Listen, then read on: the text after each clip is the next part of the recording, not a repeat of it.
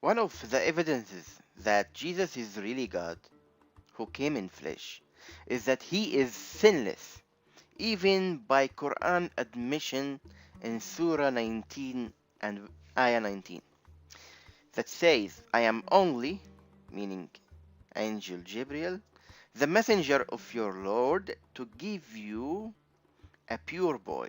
And pure boy is referring to Isa, the Quranic Jesus. Also Sahih number 2366 in Sahih Muslim, Muhammad admits that only Jesus and his mother that was not touched by Satan.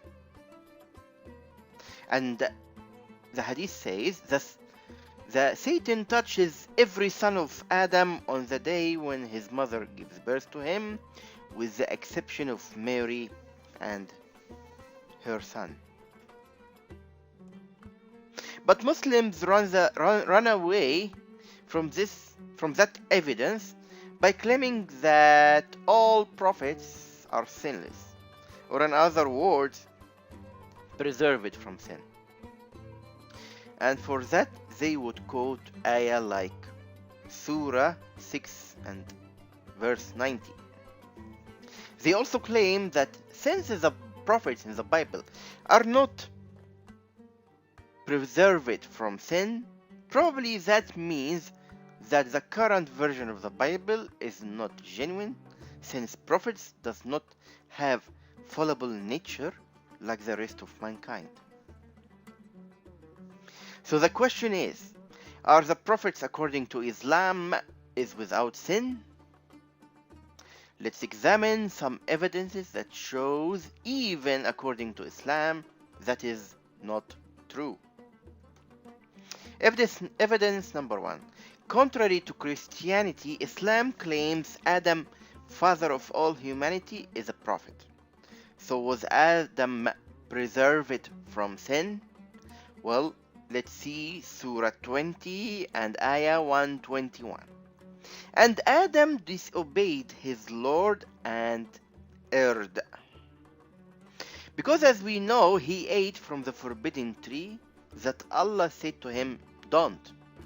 And that is significant enough to make Prophet Adam a sinner. He rebelled against Allah's law.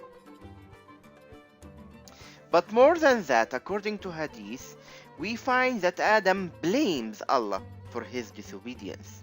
Sahih Bukhari number 6614, narrated by Abu Hurairah. The Prophet said Adam and Moses argued with each other.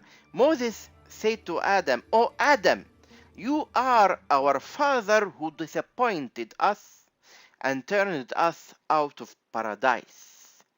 Then Adam said to him, "O Moses, Allah favored you with his talk, and he wrote for you the Torah with his own hands.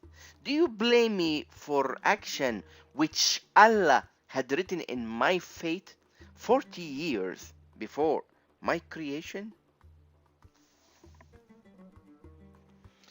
Evidence number 2. Check what Moses did in Surah 28:15.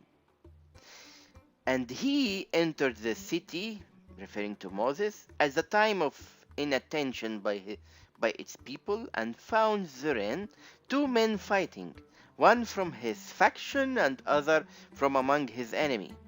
And the one from his faction called for help to help him against the one from his enemy. So Moses struck him and killed him. Moses said, "This is from the work of Satan. Indeed, he is a manifest misleading enemy." So as we see here, Moses killed someone, and Moses admitted after that this was a work of Satan that influenced him. So Moses was influenced by a devilish scheme. Muslim scholars tried to defend that, meaning Moses killed someone, and said it was not intentional. But even if this is true, then Allah's special privilege for Prophet thing called preservation from sin failed. At least, the least we can say that this specific situation exposed the preservation from sin concept as flawed. Evidence number 3. Check in Surah 38, starting from ayah number 22. When they entered upon David and he was alarmed by them, they said, "Fear not, we are two adversaries, one of whom has wronged the other. So judge between us with truth and do not exceed, and guide us to the sound path. Indeed, this my brother has 99 ewes, and I have 1 ewe. So he said, entrust her to me, and he overpowered me in speech."